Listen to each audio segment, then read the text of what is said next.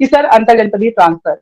और जब मेरी अंतर जनपदीय ट्रांसफर से जब हम लोगों की बात हुई तो हमने सर से बोला वही मतलब क्वेश्चन, सारी समस्याएं बताएंगे सर, अंतर जनपदीय ट्रांसफर ऐसी की वजह से लोगों की नौकरी खतरे में है। आज के इस वीडियो में हम बात करने वाले हैं शिक्षा मित्र साथियों के समायोजन को लेकर, अनुदेशकों के मानदेय बढ़ाए जाने को लेकर एक बड़ी जानकारी सामने निकल के आई है, जो कि आज के इस वीडियो में आप लोग देख पाएंगे। उनकी घर गृहस्थी खतरे में है, मतलब नौबत ये है, डिवोर्स की भी नौबत है। उनको क्लियरली एक एक पॉइंट स्पष्ट करके मैंने उनको सारा डिस्क्राइब किया।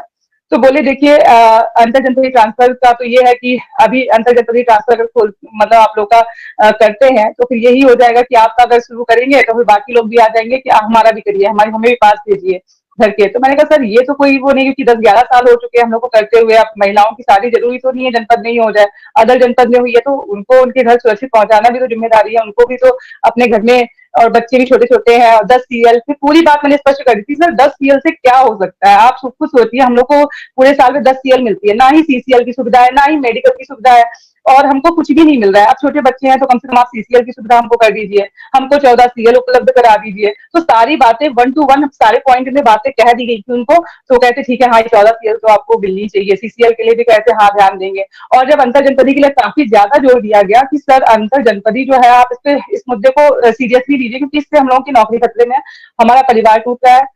अब नौबत ये आ गई है कि घर रहो या मतलब नौकरी छोड़ो या फिर ससुराल में, मतलब तो चीजें ऐसी बिखर रही हैं। तो सर इस पे आपको ध्यान देना पड़ेगा। तो उन्होंने नोटिस की हमारी बात को। हमने कहा सर आप जैसे संशोधन कर सकते हैं, क्योंकि उन्होंने एक पॉइंट रखा कि शिक्षकों की जब अंतर जनपदीय ट्रांसफर हुए थे तो उसमें हुआ ये था कि जैसे बहराइच से, जैसे मैंने एग्जाम्पल दिया था, बहराइच से 4 लोग जितने भी लोग थे वहां से यहाँ तो आ गए, लेकिन वहां पहुंचे वापस में कितने 2 ही 3 की संख्या में लोग गए होंगे। तो क्या होता है सब लखनऊ भाग रहे हैं या मतलब नोएडा भाग रहे हैं, तो उसमें चीजें डिस्टर्ब हो रही हैं कि लोग सब एक ही जगह पे आ जाते हैं और फिर वहां पे पद रिक्त हो जाते हैं, तो फिर वहां पे दिक्कतें आ जाती हैं। तो इसी वजह से अंतर जनपदी के लिए वो मतलब रोक रहे हैं, कहीं ना कहीं ये उनका रीजन था कि इसी वजह से अंतर जनपदी के लिए वो नहीं कोशिश कर रहे हैं।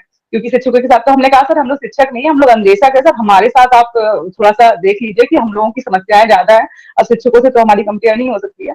तो हम लोगों ने कहा, तो उन्होंने कहा ठीक है। हमने कहा सर जैसे भी संशोधन हो सकता है भारांक के माध्यम से या जैसे भी आप कर सकते हैं, तो इस पे थोड़ा सा आप विचार करिएगा।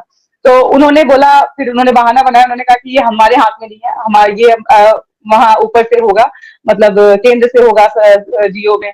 तो मैंने कहा सर आप जैसे भी कर सकते हैं, आप कोशिश तो कर सकते हैं, आपके हाथ में है, आप लिख के भेजिए लेटर, आप प्रयास करेंगे बिल्कुल होगा सर, आप नहीं करेंगे तो फिर कौन करेगा। तो फिर उन्होंने उस चीज को एग्री किया, माना, और उन्होंने कहा ठीक है हम प्रयास करेंगे और कोशिश करते हैं अंतर जनपदी के लिए। तो उन्होंने उसके लिए हामी भरी। तो मुझे लगता है 1-2 बार उनसे मीटिंग करनी पड़ेगी और उनको कन्वेंस कर लिया जाएगा इजिली तरीके से। लेकिन थोड़ा मुझे ऐसा लग रहा है कि ऐसा नहीं, अधिकारी का रवैया तो ठीक है, बात भी कर रहे हैं, बात सुन भी रहे हैं और पॉजिटिव तरीके से रिस्पॉन्स भी दे रहे हैं।